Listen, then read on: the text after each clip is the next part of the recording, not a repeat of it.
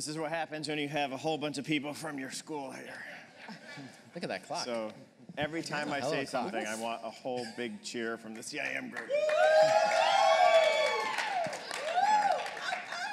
That might have been overkill, but that's all right. I hope, it is our hope in the next 3 hours that this session will give you something quite interesting to think about that you might not have thought about in this way. I have the real pleasure of being with three remarkable people that we have discussed this topic and what we might say about it for the past 6 weeks or so. I'd like to read something at the beginning from a book that I've been reading that I would highly recommend anyone that finds this topic interesting. And here's what it says, quote, "We've decided by consensus that consensus is good." In the book In Defense of Troublemakers, psychologist Charlene Nemeth argues that this principle is completely wrong. Left unchallenged, the majority opinion is often biased, unoriginal, or just downright false. It leads planes and markets to crash, causes juries to convict innocent people, and can quite literally make people think that blue is green.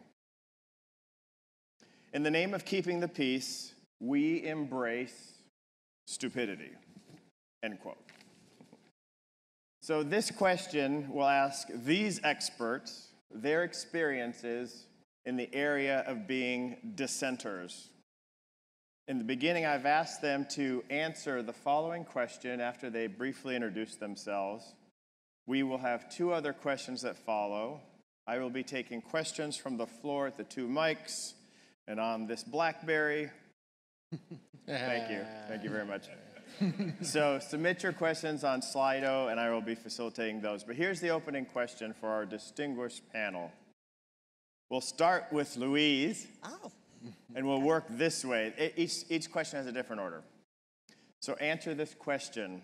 Are you predominantly a consensus seeker or a contrarian dissenter? And give us an example of how you know that. Absolutely. It's a pleasure to be here, and thank you. I'm honored to be with my colleagues. Because I'm cognizant of time, I made notes so that I could be more concise, which is one of the pieces of advice I will give toward the end. I'm a soprano. I am a soprano of opera, recital, oratorio, symphonic repertoire. I'm a professor of music at Michigan and formerly the director of the music program at UNC Chapel Hill. My research area is the music of African diaspora, particularly African Americans. So that in and of itself says something about what I'm going to be talking about and what I push against. I direct a nonprofit by the name of Videmus that promotes the concert repertoire of African American composers and women composers through performance, recordings, and research. And I'll talk more about that later. I'm co-founder, along with George Shirley, of the George Shirley Vocal Competition for songs, arias, and spirituals of the African diaspora.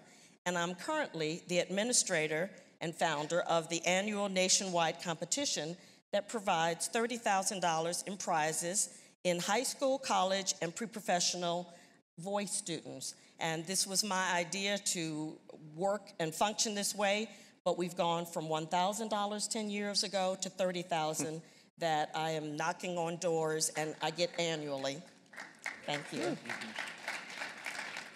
So in answer to the question, am I a contrarian or a contrarian dissenter, or a consensus seeker, I would say I'm a mixture of the two.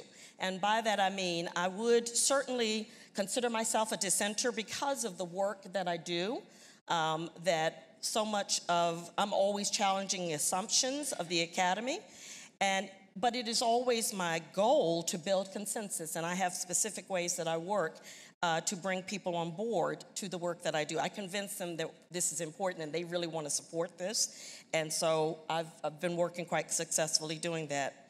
I don't operate under the assumption that consensus will always come first. So yes, I'm definitely a dissenter, and I forge ahead. By way of example, throughout my career, I've worked to ensure the existence of a space for and recognition of African diaspora concert or classical repertoire. This means encouraging an expansion of the definition of African American music beyond spirituals, gospel, popular, and jazz forms to include concert repertoire, which provides heretofore missing narratives in the American musical landscape. So I'm working with traditional symphonies, opera companies to get them to understand that this is important. So I think I'm dissenter, disruptor, whatever you want to call it.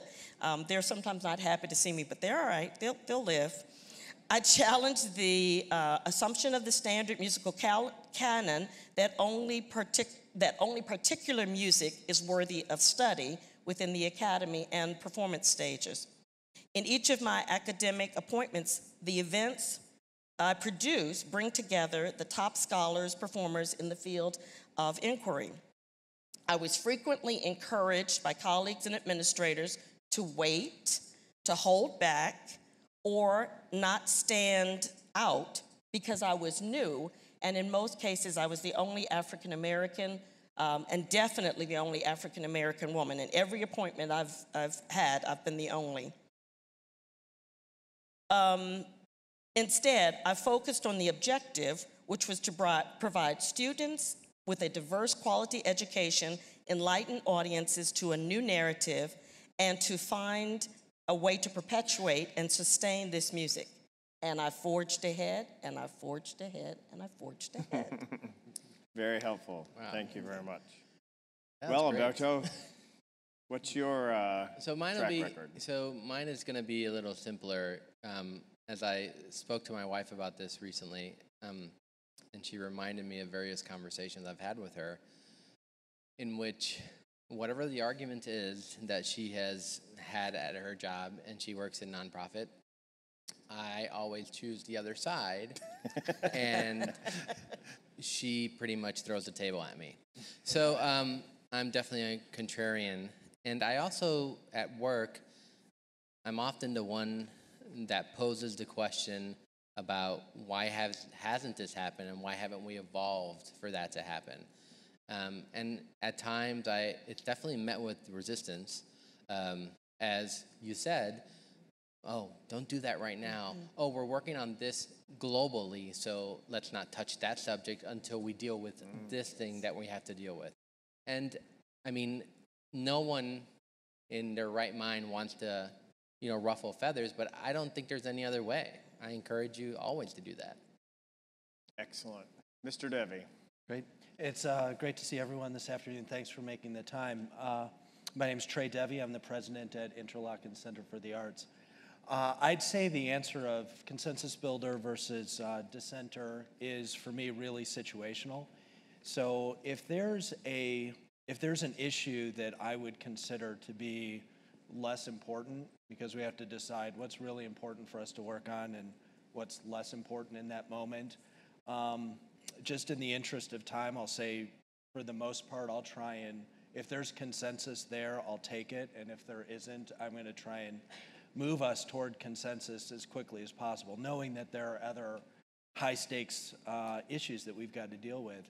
If there is an issue that I feel is really important for an institution or whatever, and if there's not dissent, then I'll push on it and be the person that's trying to encourage the conversation. That's the hope. And if there is a lot of dissent, then my MO is to let that run a little bit, and then ideally try and pull things together to get to a decision. Because ultimately, we've got a lot cooking, so we need to make decisions at a certain point and come rally around that.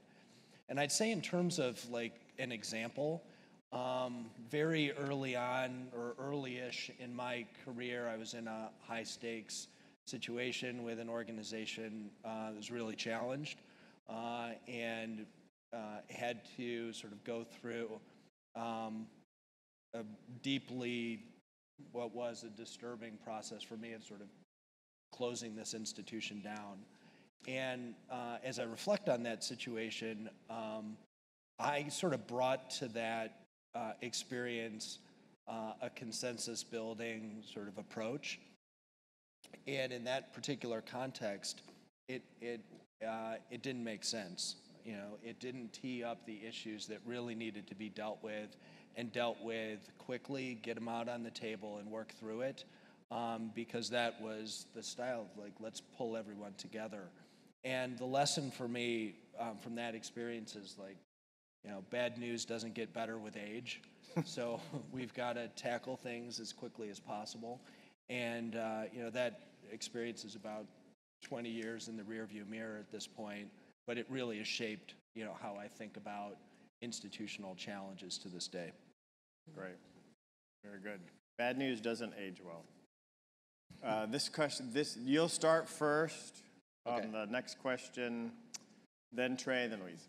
So this is a statement taken from this book that I referenced. Quote, "We can make better decisions by embracing dissent.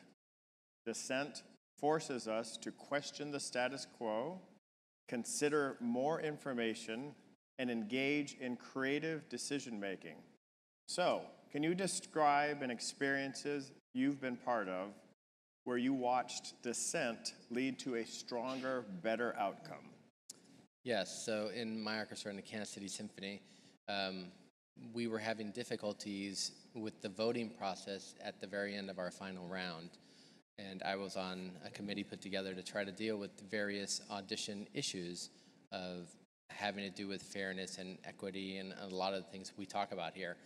But the voting system was one of complication where it was almost like the music director had to convince people to vote for someone that they wanted to listen to again, yet qualifying that person for the next round, which means they can just be hired by the music director, which is something we didn't want to give away that right as musicians.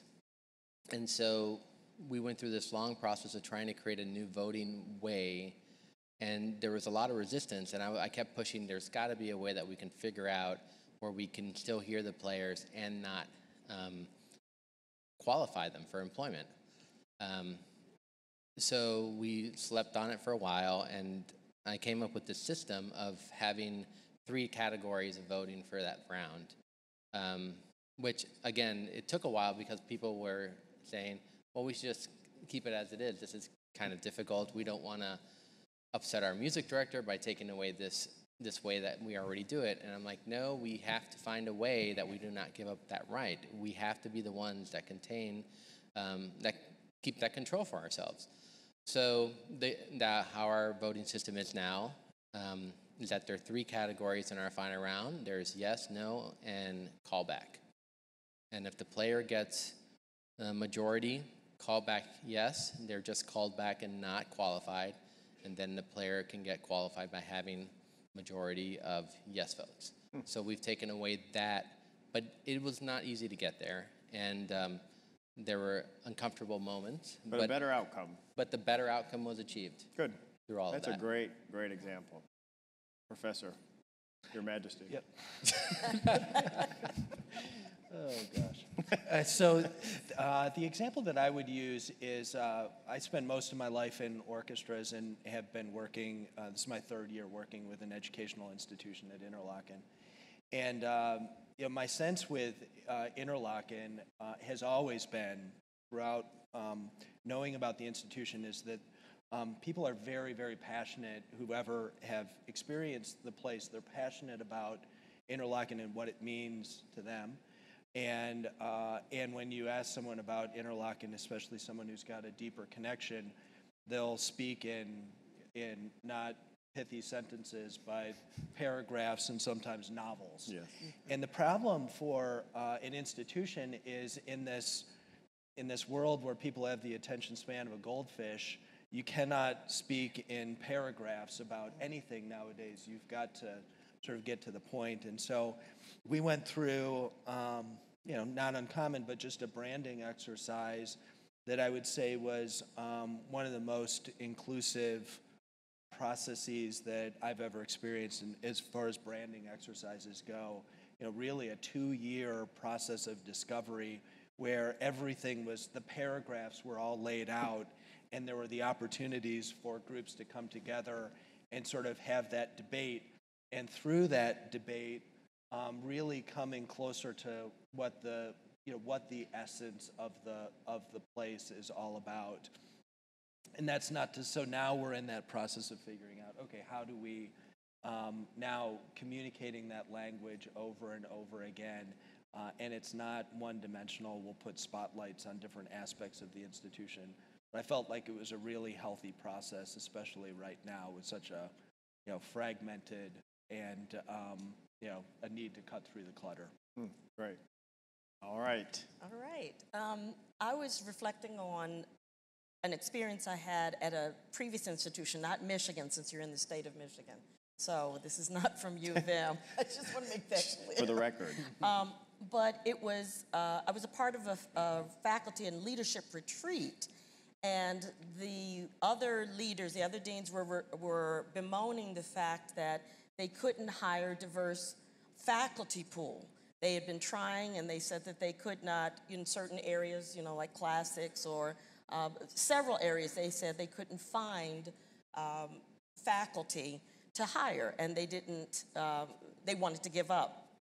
And so I and another faculty member did a presentation for them on implicit bias to try to get them to think in a different way and to recognize that if you only reach out to your own contacts, you're going to get a model that is similar to you, and that may not include where people of other ethnicities live, what other spaces. When I mentioned even checking some other kinds of institutions like HBCUs, some people said, well, that's not going to be the same type of faculty member that we need here. So we had a lot to unpack because I had to explain to them that just because a person's choice of institution does not reflect their quality. And so that was people choose to teach where they choose to teach. But we also began to talk about some solutions, not only getting them to have that very difficult and uncomfortable conversation about how biased you might be and not realize, but we had conversations about what are the solutions? How do you become a part of training that next workforce? If you're saying you can't find anyone, then why don't you have postdocs? Why don't you have programs that will bring scholars, young scholars, to your campus in that field and help to encourage and grow the population that you want to have and be able to hire in the near future? I don't know the final outcome because that was one of the schools that I left to move to a different job after I led the program for a while. But one of the things I do realize is that in the years that followed, I was there for a couple of years afterward, I kept getting calls from people saying, what do you think about this? Or would you be on our search committee? Can you help us? Can you do this? And it began a conversation that I think was quite helpful by just beginning to put into their minds, think in a different way, be creative, and begin to work and think and not keep going in the way that they had been functioning. Great. We're going to make a hard right turn for a few minutes. Okay. Unexpected. And I want, when I pose these questions, which you have asked, which are unbelievable, Okay. I wish I came up with such thoughtful questions. I want you to give your 1-minute CNN News headline that everyone will remember when they're out in the lobby. All right? These are great questions. I'm overwhelmed how great these questions are. So, first question, headline answer. When you are new to an organization and passionately disagree with the majority on a particular subject, how do you suggest challenging them? And I don't care what order you're going on this one. When the spirit moves you, raise your hand. Yeah, Trey, sure. I would say, if that's the case, to dive in with absolute conviction with your perspective, and yes, there's a risk associated with that for sure, but it will surface sooner rather than later whether you're in an organization that is right for you. People would ask for sort of, if from a career advice perspective, it's never about getting the job that pays you more. It's what's the institution that culturally is right, the one that's right for you, where you're going to have the boss and the people around you that will take you to the next level. And so I would tease that out as soon as possible and pull the ripcord if it's not right. Great answer. Absolutely. Anything you want to add to that? I agree with him, and I was going to say I would do it via probing questions. Begin to ask them, well, why this and why this? And that way I get the information to know how to dive in to the subject. I would just add that I think the reason you're in that job is exactly that reason. I mean, they were looking for that voice, and you need to provide it, even when it's uncomfortable, even when it's things people don't want to hear. Everyone wants to leave meetings happy. That's not your fault. You were hired to be that voice. Be that voice. Great. Great answers. Number two, when you see and understand that you have a valued dissenter on your team, how do you support them as valued members of the team? So what have you done over time when you knew somebody and you've come to trust that their instinct, that they saw things a little differently, interpreted things a little differently, had different life experiences, yet that wasn't what the room was saying, but you've learned over time, wow, that person has something to say. How have you nurtured and developed that? I was going to say, I quite often bring that person into my office and spend time with them to get as much as I can from their perspective and begin to strategize with that person on how they can be the most effective member of my team and help me make some turns. I did some replacement of people with a different kind of person, more of a dissenter as I was leading, to find the right people, the right mixture that would shake things up. I think trying to find the commonality of the goal, the eventual goal, and then trying to understand if this, most people that are in this situation, their goal is just not to dissent. Their goal is to change the organization in a way they want it to evolve to. So I think the more we can listen to that voice and try to find a commonality and try to find a path forward with that voice. Anything to add? I think that's great. Right. That's a great question.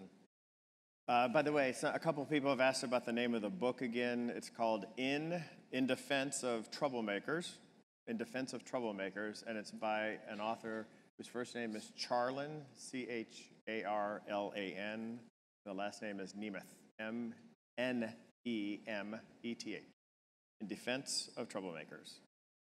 Keep your questions coming. I'm going to go back to the statements. This is again from the book. Quote, lone objectors who make people question their own assumptions, bring groups far closer to the truth, regardless of whether they are right or wrong. What advice would you give someone who has the soul of a dissenter? And this is going to be Trey, Louise, Alberto. And before they answer that, so I'll give you a second. Anybody that thinks of themselves as a dissenter or maybe a wannabe dissenter or a dissenter in training, raise your hand. Okay, so we have some converts out here, some converts that need some sermon. So, what advice would you give to someone who has the soul of a dissenter? Trey, Devey. I think it relates to the last question that came from the audience, is that there's a piece on either side of the dissent, and this, I think, is informed by a book that you may have read, 5 Dysfunctions of a Team. Oh, it's a great book. And Yeah, there definitely is read a that one, too. centerpiece of this, which is really around the importance of debate and dissent, and it does bring you closer to the truth. But I felt that, like, if you are that dissenting mindset, that if people don't trust you and understand that you are coming to the table with positive intent and sort of a sense of who you are and what you bring to the table, like that has to come first. Because if people don't trust you and understand a bit about where you're coming from, the dissent is not going to be received as it needs to be. And then after the process of dissent and getting closer to the truth, like, we need to make choices and decisions on what we actually decide to do. And I've felt like some of those that really lean into dissent, if you can't necessarily turn the page and say, all right, now it's time to go, and this may be 45% informed by my voice or 95% informed by my voice, whatever it is, like, at a certain point you just need to own it and move on. And I think the process of that over time builds the level of credibility that you need to be a productive, constructive dissenter going forward. Perfect. Louise. I wrote some bullet points so I wouldn't forget. I'm that kind of person. I wrote, learn to ask questions that are to the point and listen intently for the answers. Quite often we talk, and especially in the academy, as he said earlier, we talk in paragraphs and we're very verbose. We love to hear ourselves talk. But when you're trying to get things done, you need to be very focused, very concise about what you have to say. And more importantly, listen to responses. Don't keep talking. Listen to what is being said. A successful dissenter is not a lecturer, but an avid listener is what I put as a thought. Believe strongly in your vision and work to get others to understand and concur with your vision. So that, again, goes back to what we've just said, that being a dissenter doesn't mean you continue to stand alone, but you find a way to bring others into the same focus with you, because you can't do this by yourself. You have to build a team and an allegiance. Be disciplined, organized, and stand for something. Don't just stand. Or basically don't stand against things, because quite often we don't think that way. We think, well, I'm against this. But instead, think, what are you for, not what are you against? And you'll be much more productive. And then lastly, I said, successful dissent is focused and inclusive of more than one person. That's great. Yeah, that's awesome. Everything everyone said so far. I guess what I would add is that the tone of how the dissent is done is very important. And so we know that the value of someone's voice is often lost when they're angry. We don't listen as well. We ignore and we get defensive. So make sure you're inviting your dissent, you're announcing your dissent, and you're communicating your dissent in a way that can be acknowledged and heard. I would encourage that. And I think that's the best way of communicating. Realize that we can disagree about a lot of things. We can have dissent, but we don't have to be enemies, right? Yeah, great question. All right, a couple of questions from Slido, and then if people are at the mics, which I can't see, we'll call on you out there. The first question here is, leaders and dissenters need allies. So how can we reconcile this reality with an environment of top-down leadership without getting hung up on obsessive consensus? I'm sorry, I didn't hear the end of it. How do you reconcile that dissenters and leaders need allies, and how do you not get hung up on top-down leadership and getting obsessed with consensus? So how do you build allies in an environment of largely a top-down world in many cases? Yes. I'll start. How's it work in the orchestra? I think most orchestras just like to agree, right? And it's such a tricky thing with how orchestras are stable or unstable in a variety of levels, for sure. But I think the voice has to be heard, and the voice needs to continue to show up to things and get allies and try to find the commonality with other voices that have a similar path and make that unified voice much stronger. I was just struck by something that Louise said. Beyond, you had a Hamilton reference in there, which was pretty cool. Which I've never seen. Oh, I haven't seen the play. No, it's worth it. Everybody dies in the end. No, wrong movie. I'd say that if this point about leadership is relative to dissent, is any important decision that's ever been made in an institution. I can't think of one where there's been 100% consensus. Right. Not a single one of something that really truly matters, and which is why I come back to what you said about really listening. If you've really listened and the person that you're with, ideally they feel like they're the only person in the world because you've listened so intently.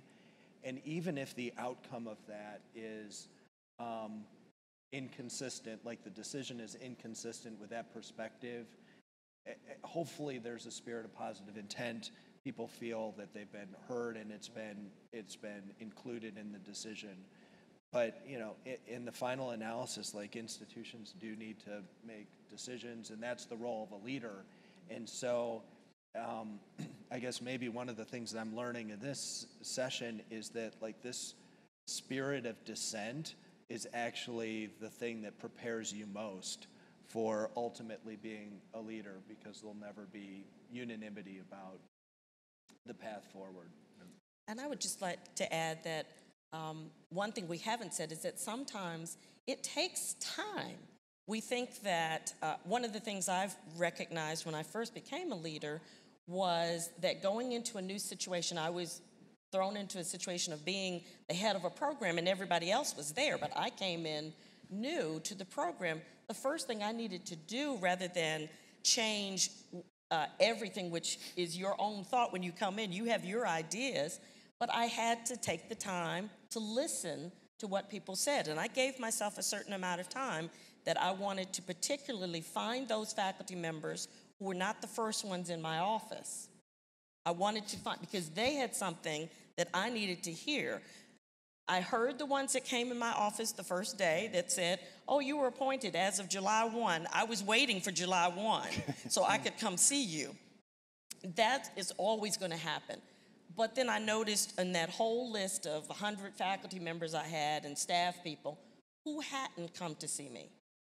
And I wanted to hear what those voices were and see what those perspectives were and learn the history of what I was dealing with before I began to make decisions. And as I used the information to build some levels of consensus, but as he said, you're not going to get 100% consensus. If you have 100, 200 people plus 500 students you're dealing with, there are going to be as many perspectives.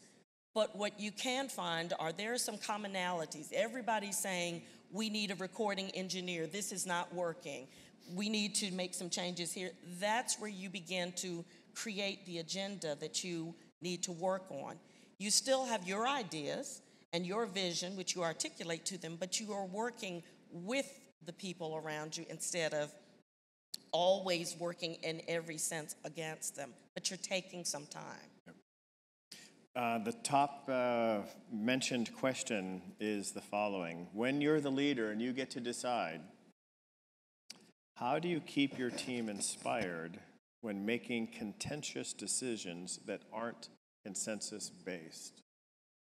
So in other words, when you're in charge, the mythical in charge, how do you make the decisions that are not popular? Can you, by the way, as you're pondering this answer, can you think about a specifically ensemble-based answer here, not pseudo-management and things that you're working on the management side? Okay. You don't have to go first, by the way. No. No. Do you have one that comes to mind, Trey? Well, I'm thinking about it right now in terms of how do you keep people inspired when there's not consensus. I guess I'd say even before getting to that point is what are the wins that you can accumulate getting to that particular decision. So if there's a series of 3 or 4 wins that start to build credibility in the integrity of decisions that are being made, then you're going to just be in a much better position when that thing comes up that you say, look, I know that there's not a lot of agreement on this particular issue, but I just have to assert that this I believe is the right thing for the institution, and hopefully there's enough trust building leading into that, that you've got people on your side. You know, the other is, the thing that's contextual about this as well is, you know, they say turnaround institutions are easier to manage because you know that something needs to change and it needs to change quickly. And so there's that, if the planks are burning, that gives some latitude to say, okay, we've got to move on this. Yeah. Good point. All right, I've paused as long as I could. Oh, is this my turn? Sure. Oh, okay. I wanted to keep management together. So in orchestras, I mean, we're very fortunate to be unionized in our orchestra, and everyone's voice is heard. And a lot of times, when there is dissent, there's plenty of opportunity to hear that voice and see how we can alter our direction. We have a very open environment for all of our meetings, and everyone is respectful, and no one gets cut off, and no one is discredited from where they're coming from. And then at times we've changed direction a little bit as to how we want to proceed, especially when it's dealings with management, given things that have come up in meetings. So it's never all decided. There's always times in which we alter, depending on what voice we want to hear. Good. I just wanted to add, my colleagues have said it, but I want to add, if they trust, the people you're working with trust and have confidence in you over time, again, the times you have to deliver bad news become easier. I can think of specifically when I was doing a budget meeting with my faculty, and they weren't going to be happy with some of the decisions. But I remember them standing up saying, you have delivered such good things to us already. We trust you. We trust what you're going to do to lead this program forward. So I think that trust and confidence in your leadership is vital. That's great. Yeah. There's no one is there someone at that mic? Yes, look, spotlight, smoke machine, please, over here on aisle 2. All right, what's your question? Where are you from? My name is Andrea Cassett, and I'm the executive director of the Santa Fe Youth Symphony Association. And there's a lot of consent and consensus happening up here. I know, I hate it. So I want to add a little dissent, a little pushback. Perfect. I think that, especially in answer to the question about someone being new to an organization, there's a lot of power on this stage also. And so I think when people are in smaller organizations or when you are new and uncertain, there's got to be a lot more strategic approach to dissent. Sometimes you need to find other people with similar attitudes in the organization. You may need to find a mentor outside the organization to help you navigate that. I don't think it's just about speaking our truth. And I think that that's something we have to be really aware of as we're coaching people across different cultural and systemic lines. And so I just wanted to point that out. I think that's a really good reminder to us all. I also think if you consider yourself a dissenter or aspire to be a dissenter, the power of dissent is found in two sides of a coin. First, learning how to ask really insightful questions. And second, studying what you hear and what happens and trying to filter that through. Was I right? Was I wrong? How would I do it differently next time? Because if you don't go through that process, it's like learning a passage over and over and over again, and you continue to play the wrong note. You've now memorized the wrong note. And I agree with you wholeheartedly. And advisor on the outside, that's also a very good idea. And I think, if I may add one more thing, I think questions are key. You know, if we have organizations with really clear missions, utilize the mission. Yeah. Say, hey, I'm thinking that I've read this mission and it's part of the reason I was attracted to this organization. I have this idea about how we can really do that. Or even in a meeting where we say, is there room to have a larger conversation about this topic? I think that's a really valuable door opener. Brilliant question. So thank you. Yeah, no, that's really, really great. Do you mind if I add something to this? Is one aspect of coming into an organization, and if the voice is not being heard or not getting traction, I bring this back to the decision to join an organization in the first place. somebody once described interviews as the, mutual art of deception, where, you're trying to get a job and then you're trying to convince somebody to take a job, and then you get into the role and it's somehow different than what it was laid out to be. And, I think that process of the search is really super important, and deciding, like, is this an institution that is within the boundaries of acceptability for you? And because if you go through that process and the goal is just to get the job, and then you're in a place where it's just culturally not right for you, that's a problem.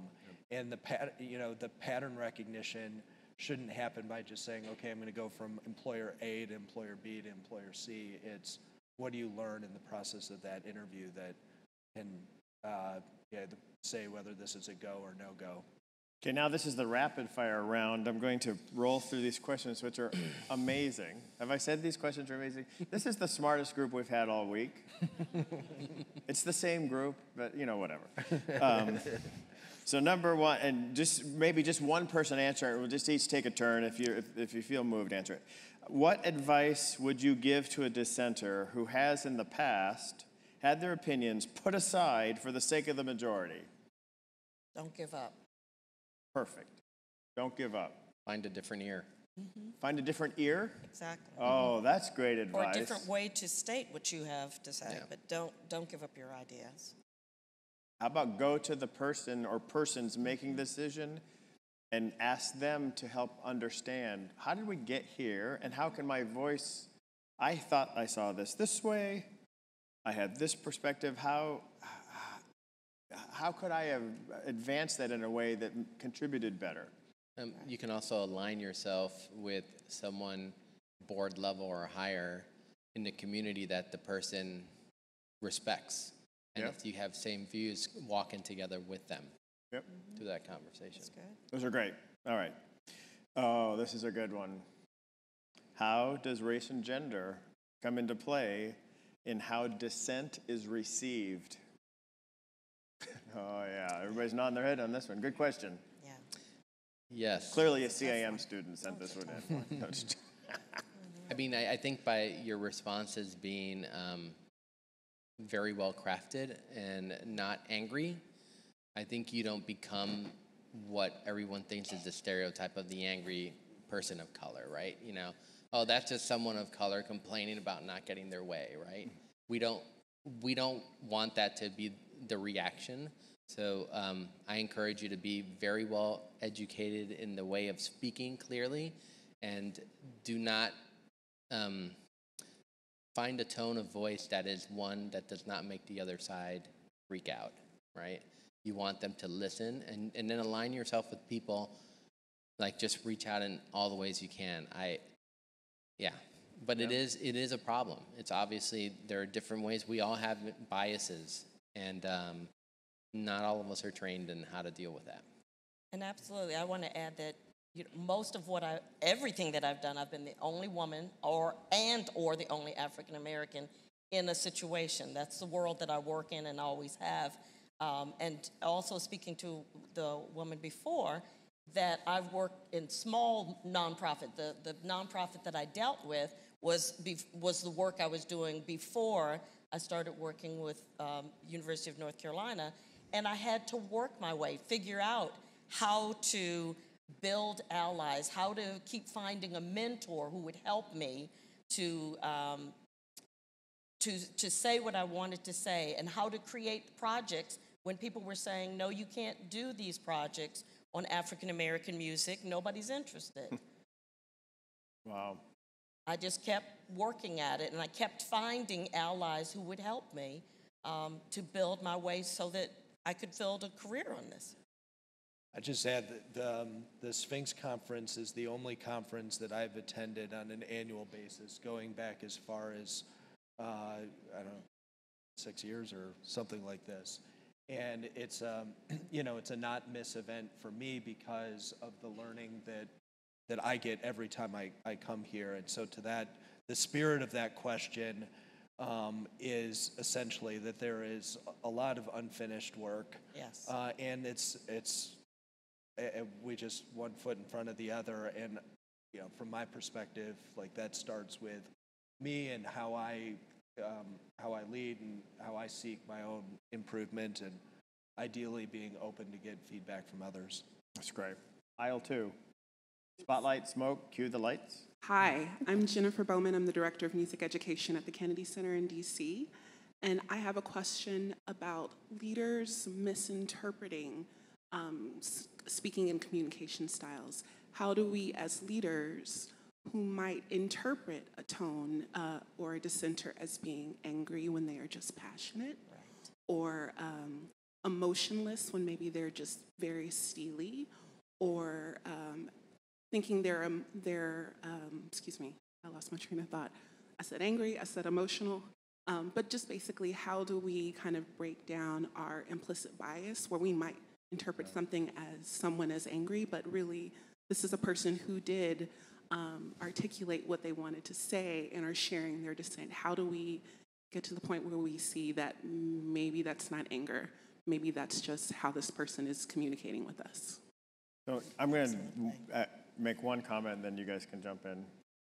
I crave and look for teams that can accomplish a level of grace with one another. You can be yourself. You can voice your experiences, your opinions, your conclusions in the discussion room. And then when you've reached agreement, you can link arms and go out and conquer the world. I will give a team member, I hope, unending latitude to speak their knowledge and in whatever tone and way. Because, look, we spend a lot of time with each other as colleagues, faculty, staff, even trustees.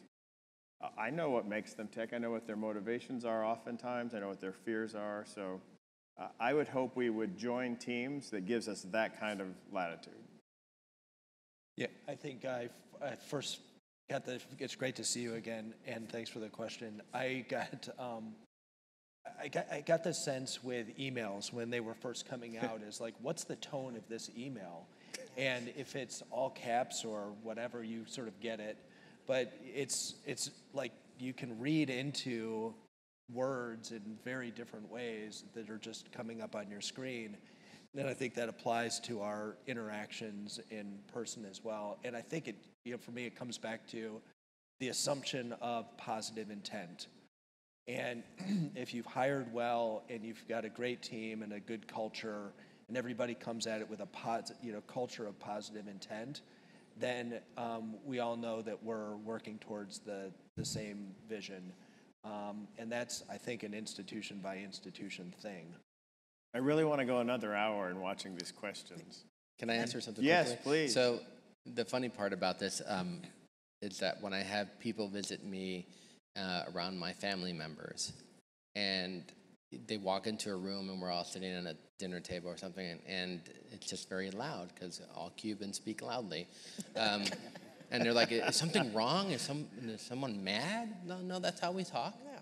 We just are competing at all times to be heard with each other. And so I think that's the bias training of understanding as a leader, is that you have to be able to not assume that there's a problem.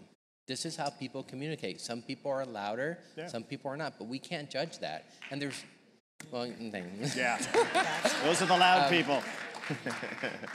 Yeah. But I mean, it's something like, if the goal of it is to make the organization better, make the relationship better, then we need to be able to look beyond the tone at times.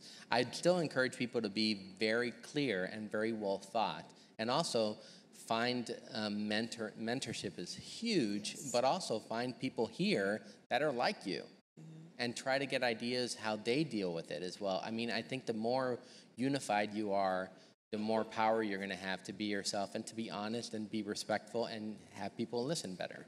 Okay, this is a completely, let me ask this question because we got 47 seconds left. Sorry. How do you honor the dissent of your students? Conversation. I believe in having conversations with my students as well as with faculty members. They have a perspective that needs to be heard. So I'm not going to ignore them. But can I answer that other question really quickly? I would love to see us have more training of people in leadership positions in terms of implicit bias. That's the whole issue that keeps happening, and we're not talking about it. And the other thing is, we need more people of color in those leadership positions. That's how you begin. When I led, I hired people of all ethnicities in. And so the culture of that university changed, and the color changed. Well, according to the screen in front of us, time is up. We are Something's all, about I to wanna blow thank- up. Yeah, We and it don't know. literally says time's up. It does.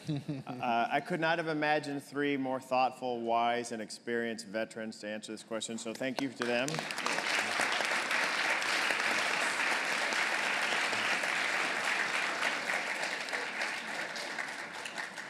I think the role of being a dissenter can be a really honorable one, but like every communication style, it's a craft that has to be practiced and studied and self-evaluated.